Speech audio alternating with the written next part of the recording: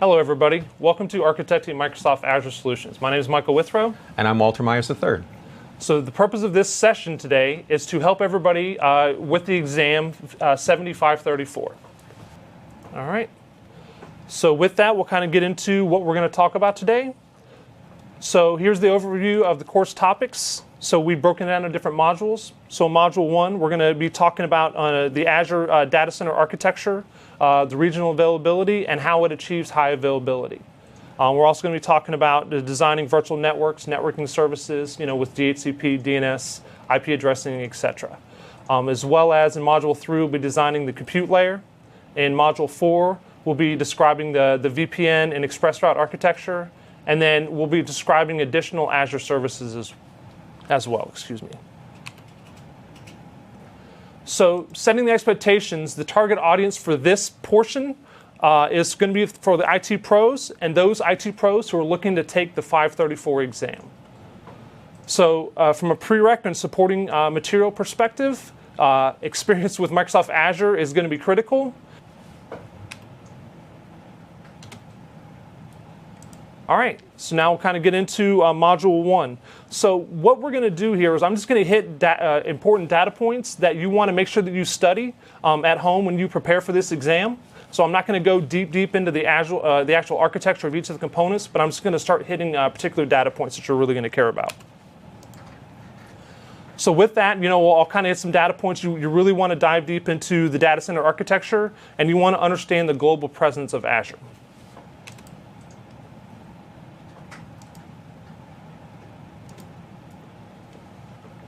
So now, when you look at Azure, right, it's important to understand how Azure builds out clusters, right? So looking at what a cluster contains, how the racks are contained in there, 10 racks for compute, 10 racks for storage.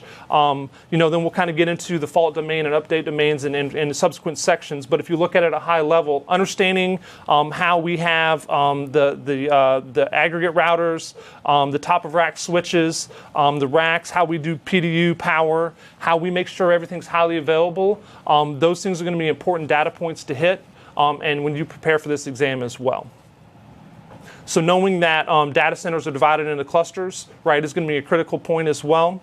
And then each rack is basically, we isolate that as a fault domain as well. So kind of breaking the covers back a little bit further too, it's important to understand what a physical server looks like, right? So, of course, it's going to contain the CPU, the memory, the disk, and the networking services are all committed, right? So if you look at, right, each VM is going to have dedicated CPU and physical hosts as well. It's going to be tied to the PDU, and all of that is going to be pulled through the Fabric controller as well. So it's important to understand that all VMs, whether they're infrastructure or platform as a service, are going to be leveraging the same virtual machine under the covers. So that's going to be important, and how that ties into the gallery items, the A1s, the A2s, the A3s, etc., is really going to be important as far as getting prepared for this exam as well. So the global presence of Azure is going to be pretty important to understand as well. I mean, you look at the entire topology. Right now, Azure has 19 data centers globally, right? That's important to understand. Understand the regions, right? Whether or not, hey, look, in East, I have 2 data centers. How does that tie in between East and East 2 as an example? You might want to talk about the pairing a little bit, Michael. Yeah, so how, if you look for how we're going to break it down, right, and that's important data set to talk about as well. So East and East US 2 are really 2 pair data centers, right? So they're going to be exposed really as East US, and there's going to be a lot of symmetry between how those 2 data centers are tied in. So it's not going to be like talking from, there's not going to be the latency that you're going to see from going to East to North Central as an example. The latency is very, very minimal between East and East US 2. Data centers. Yeah, so it's going to be very, very tied in that regard, right? So it's important to understand the relationship between sub-regions and our partner regions as well, looking over at China as an example, Walter, right? So China, you can't have a subscription that you bought in US and then deploy resources in China, right? Or vice versa, right? So you want to make sure that, understanding that topology and where that's going to tie in, how East Australia is going to tie in, and those kind of things like that. Understanding the global presence from a network topology, from a CDN perspective, understanding the global footprint is going to be very important data points to hit when studying for this exam as well. All right. So now we're going to talk about more of the virtual networking and those services that are composed in there. So we're going to hit internet connectivity. We're going to hit intra-region communication, cross-premises communication. We're going to talk about ExpressRoute. We're going to talk about the virtual appliance and partner ecosystem, and then finish it out talking about the hybrid networking services that are composed in there as well.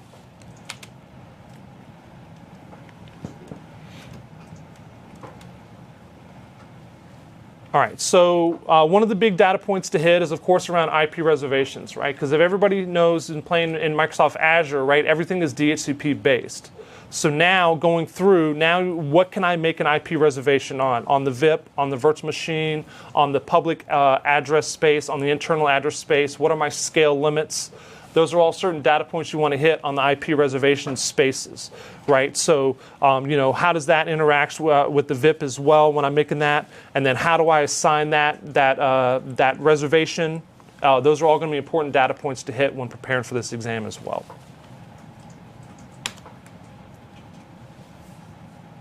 So, understanding Traffic Manager and how it ties in from a load balancer as a service perspective is going to be really important as well.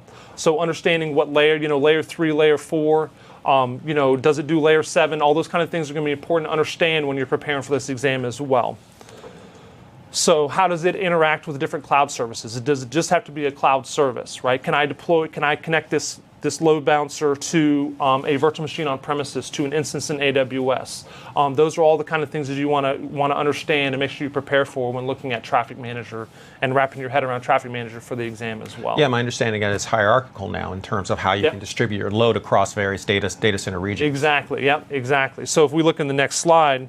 Right, so that's kind of where we get into these nested profiles, right? So now we have the ability to segregate a profile across, different geographical regions, right? So I have cloud services will be distributed globally, and then I can basically nest profiles across those cloud services through Traffic Manager. So it gives you a lot more granularity and for how you're going to create your load balancing profiles. Yeah, it's much better than the previous version. Exactly, right? So a lot more granularity and scale that gets in there, right? So it's not just round robin failover type of scenario, right? So now it gets in, right? So it's growing as a service, and understanding what those capabilities are is going to be really important when you start studying.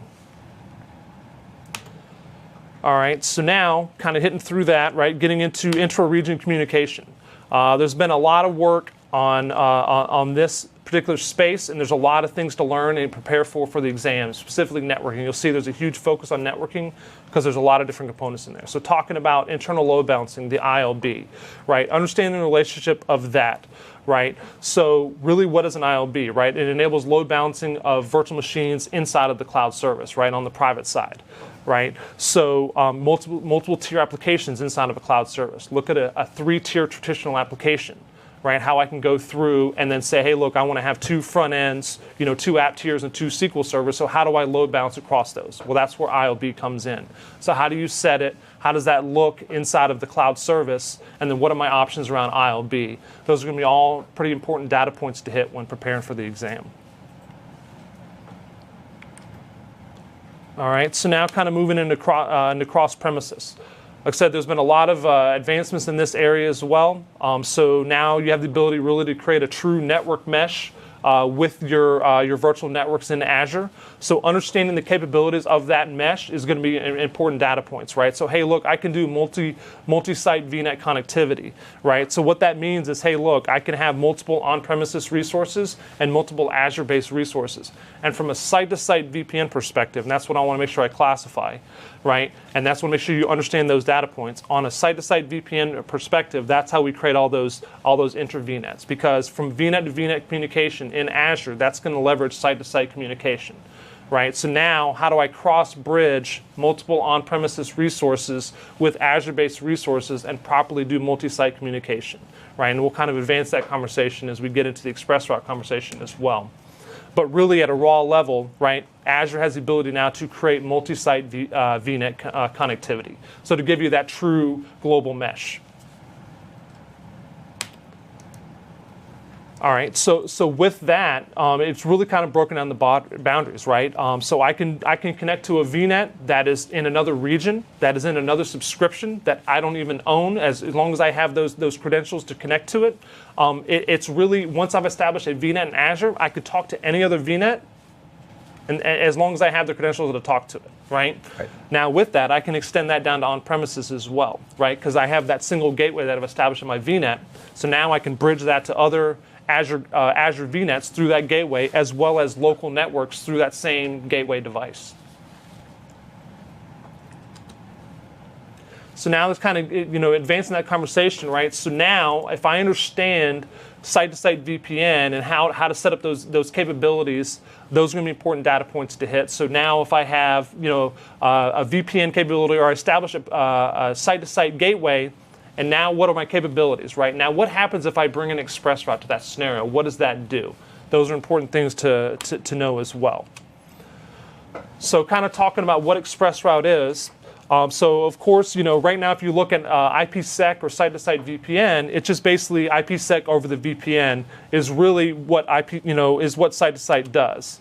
So with ExpressRoute, it gives the ability to basically the customer to do networking on their network, right? So MPLS connection, network hotel connections, those kind of things are now kind of open up as scenarios as well. Yeah, we should probably make a distinction between accessing, and because effectively what ExpressRoute does is it allows you to extend your network into Azure, and you can access the services pretty much directly, but with respect to virtual networks, you still have to establish those networking parameters in order for networks to be able to talk. So it's not like you can just talk to a virtual network just because it's out there and you're over ExpressRoute. Right. Exactly. Yeah. So those nuances around how you're going to set up that ExpressRoute connection to talk to your Azure VNet gateway in relation to whether you've done site-to-site or whatever it is are going to be important data points when preparing for this exam. Yeah, but with respect to any of the other services, such as Service Bus or whatever, then you're talking directly to those. You're over a private network. You're not going out over the public network. So that's important. That's important to know. Yeah. So on your data point as well, from that perspective, another critical data point in this exam as well is, hey, look, now that I've established hybrid connectivity, right, and we'll kind of hit these data points as we go through as well.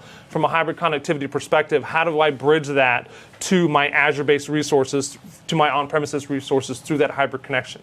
And what does that look like from a site-to-site VPN, point-to-site VPN, or an ExpressRoute perspective are going to be important data points.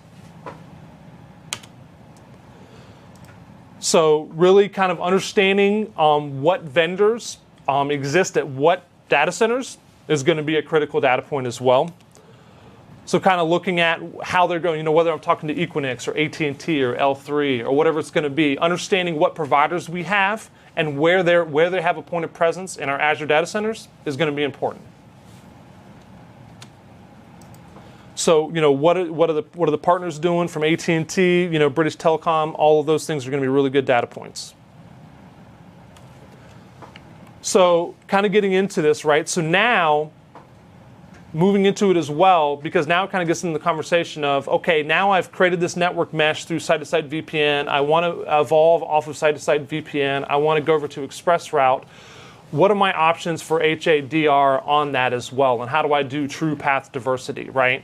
So the idea is one VNet can be linked to many circuits, right? So kind of what I talked to, right? So now, I can basically bridge through, what are the scale limits on ExpressRoute for linking, having a single circuit talking to a VNet in North Europe and in West Europe as an example. So each circuit can be through a different provider and different locations. So right now you have the ability to do active-active in one location plus active-active in a second location.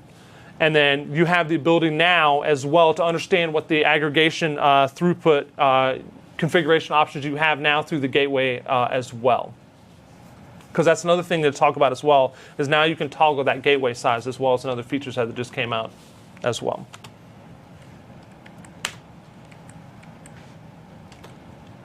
All right. So understanding as well, this is a new feature set that just came out. This will be on the exam as well. Is understanding how, same thing. Now I've gone, my customers decided they want to go to ExpressRoute. What are the nuances with building in a hybrid connection with the existing site-to-site VPN as well as that they have multiple subscriptions, right? So can I share that ExpressRoute connection? How do I share that ExpressRoute connection? What are the scale limits that I need to think about? What are the configurations I need to think about? So whereas before there was a limitation, only one subscription you could take advantage of an ExpressRoute circuit. Now multiple subscriptions can take advantage of an ExpressRoute circuit. Exactly. So now, as a customer, I could pay for one ExpressRoute connection into my Azure environment, under my Azure EA as an example, and now under my EA I could build out, say, 10 subscriptions. Well, now I could share that single ExpressRoute connection across those 10 subscriptions I just deployed. So understanding how that would work, it would be a pretty good data point.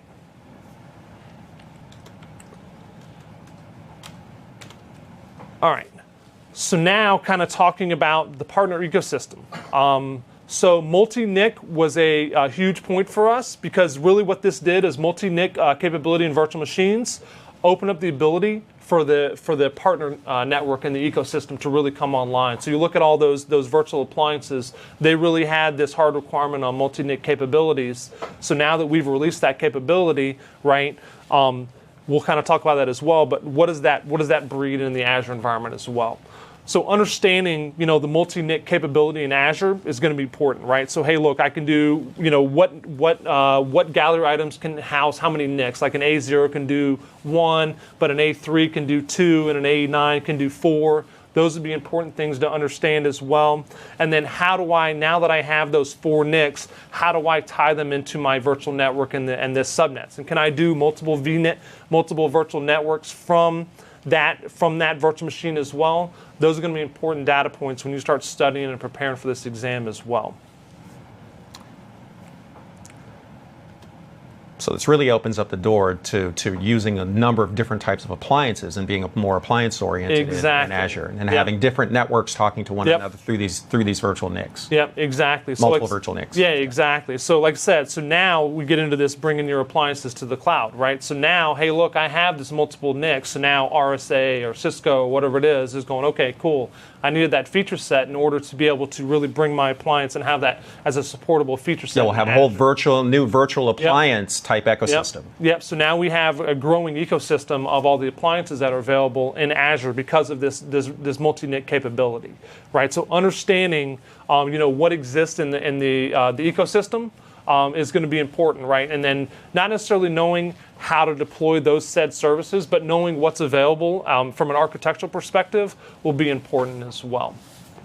So, right now, we have Barracuda NG, the Citrix NetScaler as well. I've done a lot of work around both of really all these solutions as well. The Riverbed Steelhead is all coming out, and there's other things to talk about that are going to be coming down across this appliance ecosystem. So studying up on that is going to be really important as well. And then, you see this Azure certified in the PowerPoint here as well, and that's going to kind of get into what is dictated as Azure certified, and then I can basically pull that appliance and basically deploy it into my Azure virtual network to do some firewalling or whatever it's going to be, maybe some load balancing or something like that.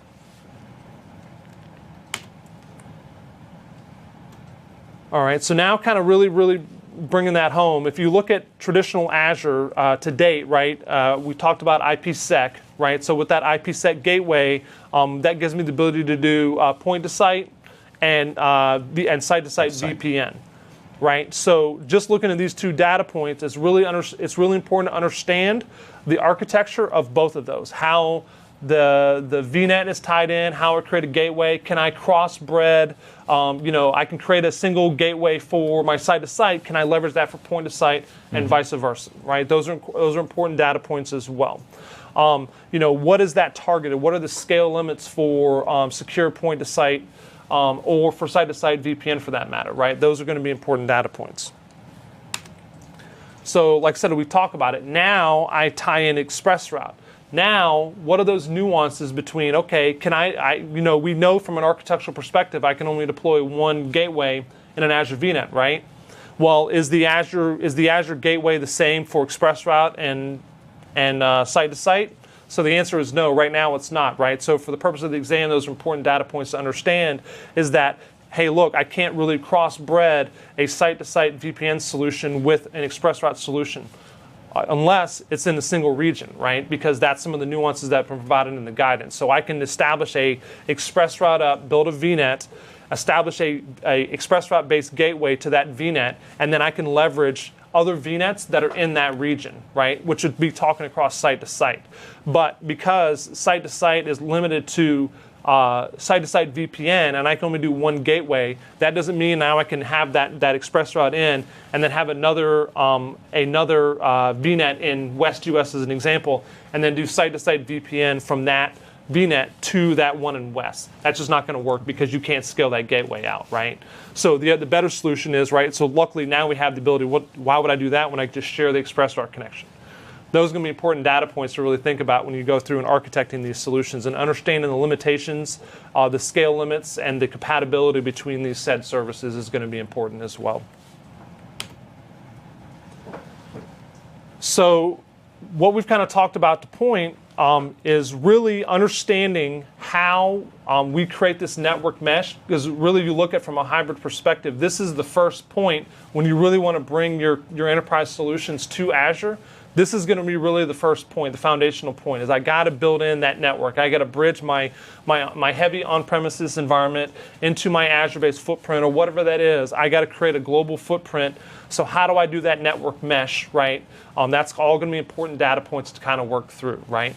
So now, as you evolve that conversation further, okay, great, I've created this great network mesh and everything can see everything. Well, I'm in a multi-tenant environment, or I want to segregate my subnets. What kind of options exist to me? And how do I do those?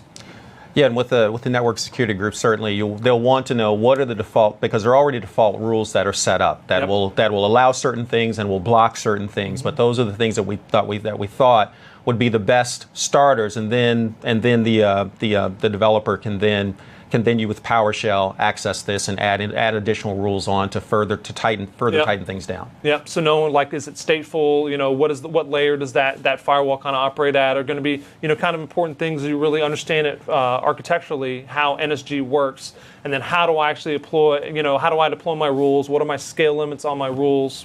Right, and it's a key security enabler. Yep, exactly. Yes. So, you know, we looked at it as, like I said, Walter and I have been doing Azure deployments for many, many years. I've done hundreds of customers to date, right? This is one of the most requested features. Exactly. Yeah. This has been a humongous gap and a lot of different solutions. So now that it's available, how do I architect it? How do I deploy it? How do I talk to customers about it, right?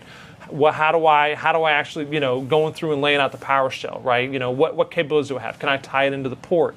Do I have to do a VM? Can I do it to the subnet?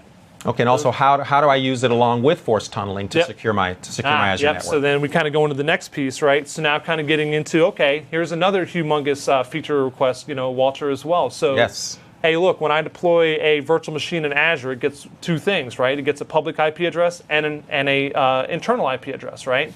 Great, unless I'm deploying, say, like my on-premises domain controller in that environment, right? So now basically I've exposed my domain to the public, because now I have that public endpoint. Mm-hmm. Now, of course, I can do endpoint ACLing and those kind of things like that to secure that, but we've evolved that conversation with force tunneling.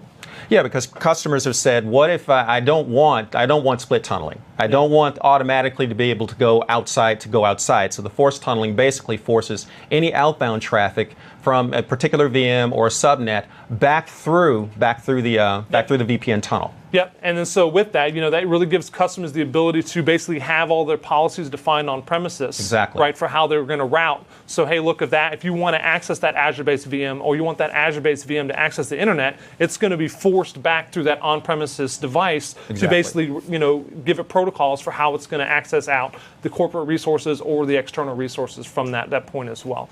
Effectively, what force tunneling is doing is disabling that external endpoint on that public Azure VM.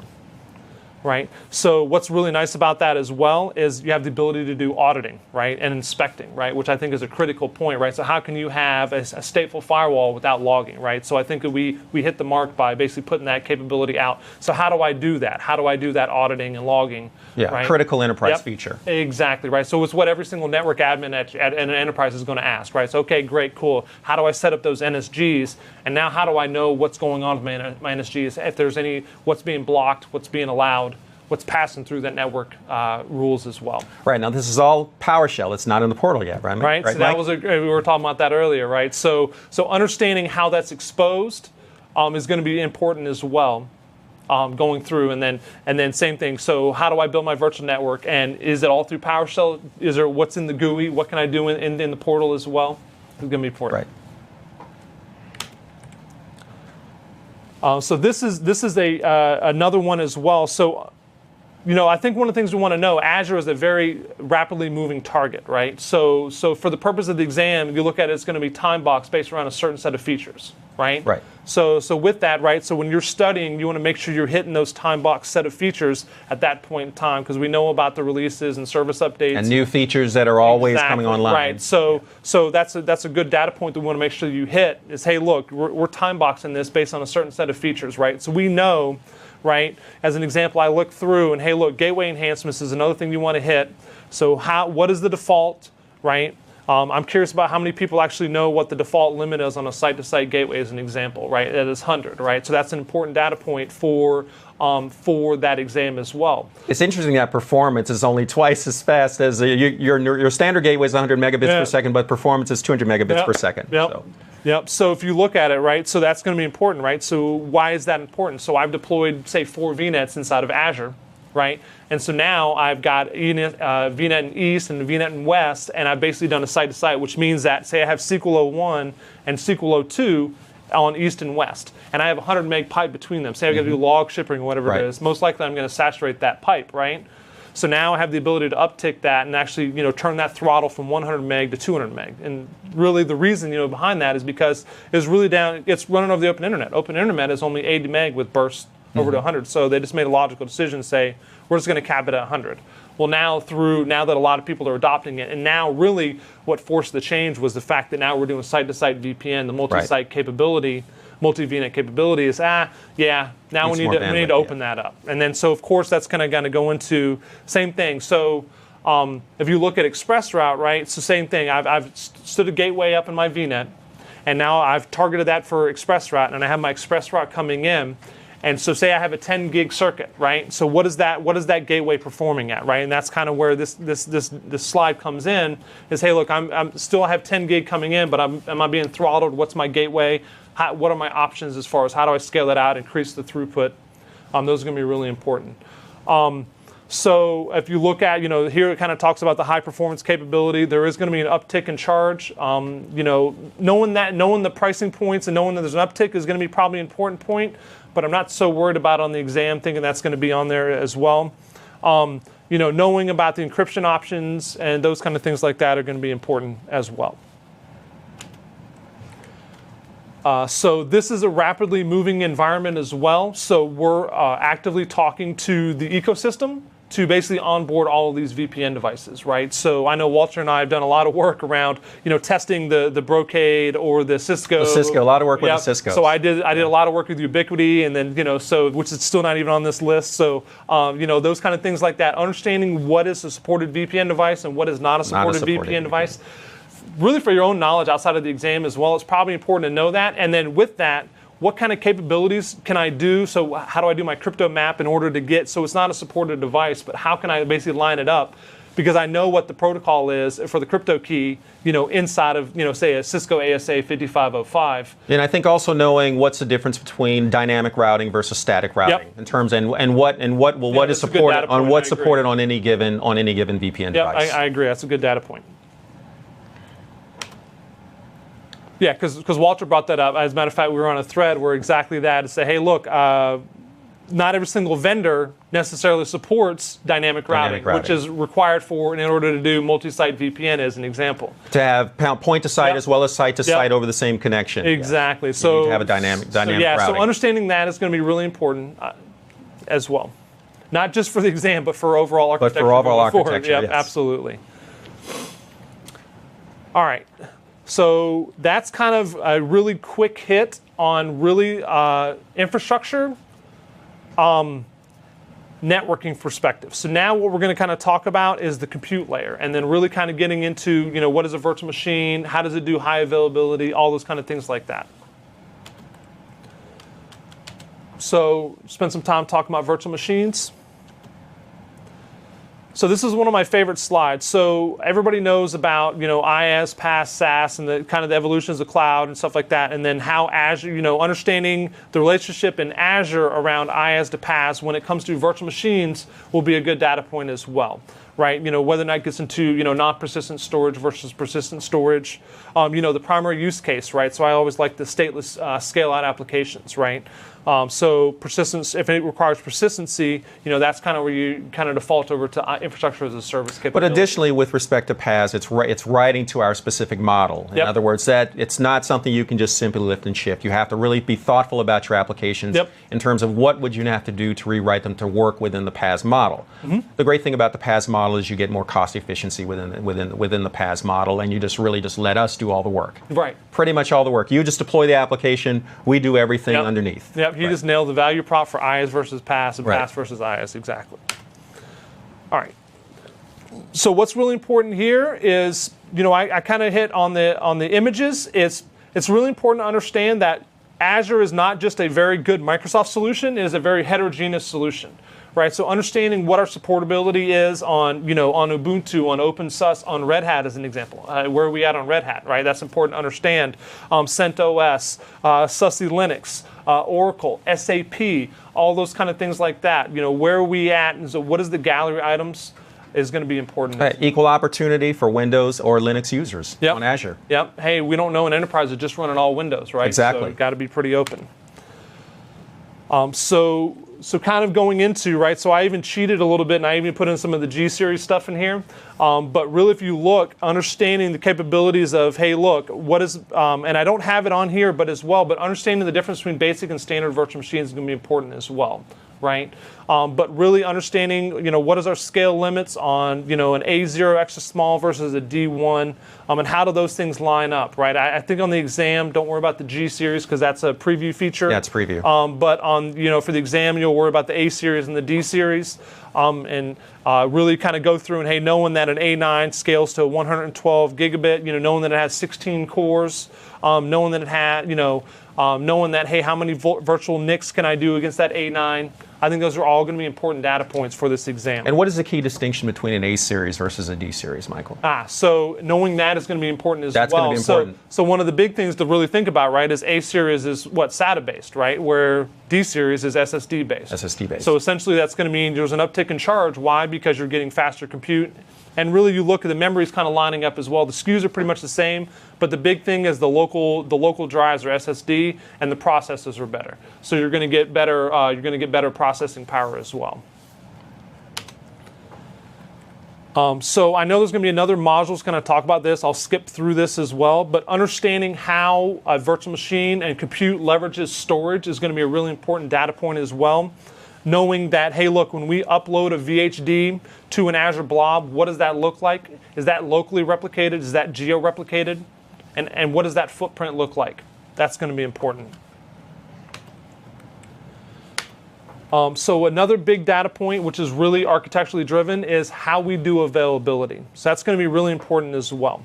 So we have an SLA on a VM, right? So 99.95, that's going to be important. A single VM. Do we have an SLA on a single VM?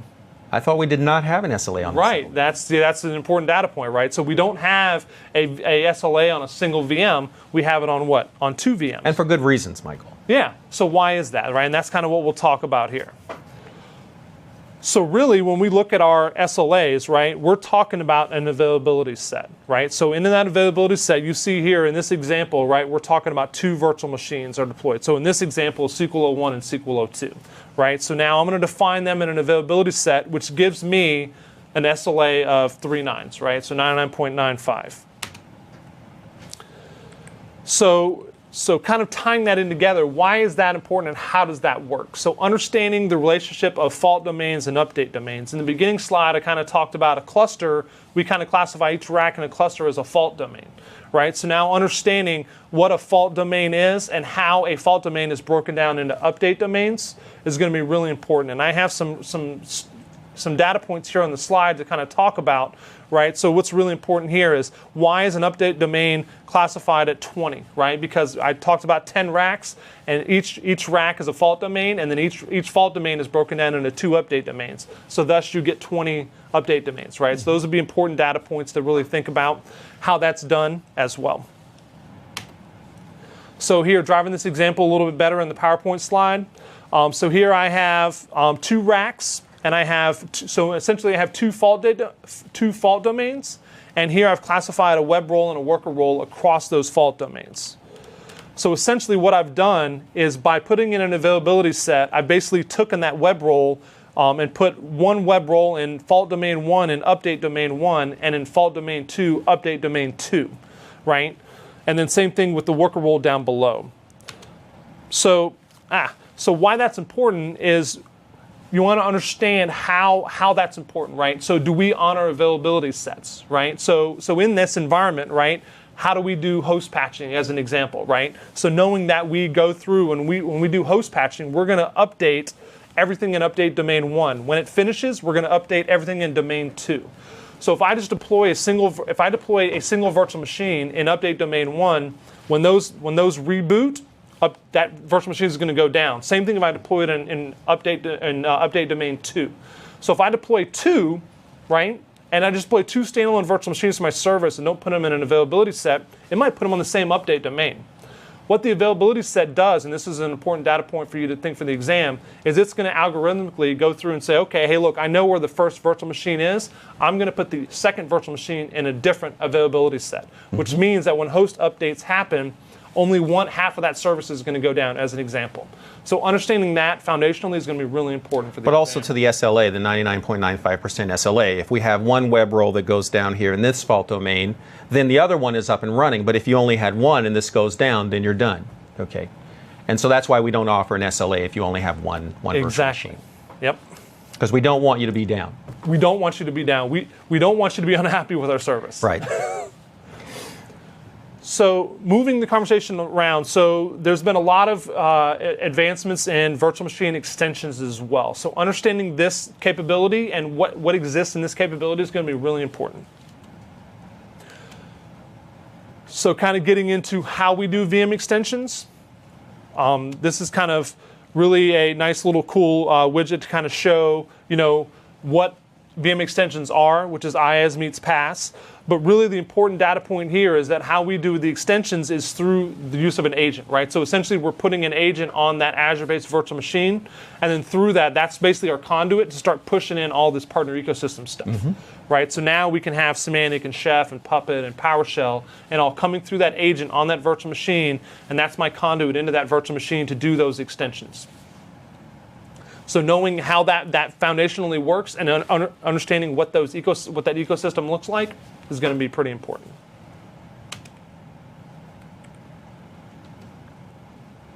All right. So with that kind of wraps up, the infrastructure kind of component of this exam as well. So those gives you the high level data points to hit when preparing for this exam.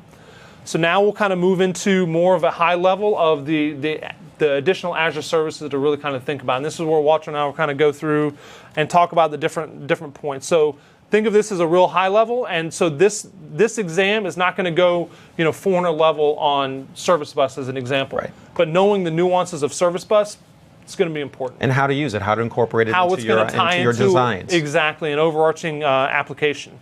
So this is one of my favorite slides, but I'll, for the essence of time, I'm going to skip through it. But this is the benefits of PaaS, right? Why PaaS? It's faster, it's cheaper, it's lower risk.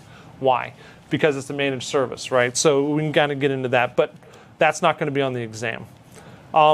So here is kind of talking about the overarching layer of services that exist from Azure. We talked about the compute layer, right? We've kind of hit on the data services, right? Whether it's storage, right? We'll talk about the different data services as well. And then here you have the list of app services that are kind of broken down. And this list is growing every single day as well. So understanding, from that point in time, what services are GA is going to be important for the exam. Yeah, in terms of what services can you bring to bear to deliver a solution and to deliver an architecture. Yep. So this is important as well. So understanding that, like I said, going back to the compute layer I talked about before, Azure is trying to be a very, not trying to be, is doing a very good job of being a very agnostic platform. Yep. So doesn't just do .NET great, right? Does Node and Python and all these kind of things like that. So understanding what languages exist is going to be important, right? So how do we tie those in, right? So how does the SDK, is there an SDK for Java, right? That'd be an important data point. So knowing that it's open source, right? What can I get off GitHub as an example, right? So I pull a lot of stuff off GitHub, Codeplex, all those kind of things like that. How we embrace the open source. So now kind of getting into the different services. So, understanding at a high level what the SQL database is and what it offerings, understanding the SKUs, understanding the relationship, because, like I said, not just for the purpose of the exam, but for architectural in general, it's going to be important to, hey, look, how do I walk a customer through? I have an on-premises SQL environment with clustering or always on or whatever it is. How do I translate that to a SQL database architecture, right? What are the nuances between the two? Those are going to be important points, right? So, of course, it is a fully managed service. That's going to be the value prop around that. I have SKUs that line up to my tiers of, I can have tiers that line up to my business potentially, and that's the kind of things you want to make sure from a testing perspective that you understand those SKUs. Right. It's database as a service. Yep. And there are various levels, basic, standard, and premium. Yep, exactly. You have for these, and you can pretty much target what are the performance characteristics that you're looking at, you're looking for, for a given application. So I know in the next module, my counterpart is going to talk more in depth about Azure storage as well. But understanding how we do Azure storage is going to be really important. We have blob storage, right? How you do LRS and GRS. And read-only global replication as the example too are going to be really important. How you access that, right? So it's publicly exposed over HTTP as an example. So it's continually globally available service. So how does that blob? How do you access that blob, and how do you scale it? So we have multiple caching services as well. So these are managed services as well. So that you want to think about how these are references as well. So what they support, So looking at Azure Cache, the ability to do Memcache and Memcached protocol support. Looking at that, does that line up to your business applications? How do you grow and shrink the cache sizes? You don't really need to get in that layer of detail for the exam, but knowing what the cache service is, and you could basically target it on an exam would probably be pretty important. So going on, so not only do we have cache, but we have Redis cache as well. So that's going to be another point, which is more an enterprise standard caching service as well, which is a managed service on Azure. So understanding some nuances about Redis cache, and probably even disparity between cache and Redis cache would be important as well. So this is a really big topic, and we won't dive into this here for this. So for this exam, just understanding some basics about identity, because identity in Azure is a really big discussion, but for this exam, understanding the basics will be really important. Azure Active Directory. Yep.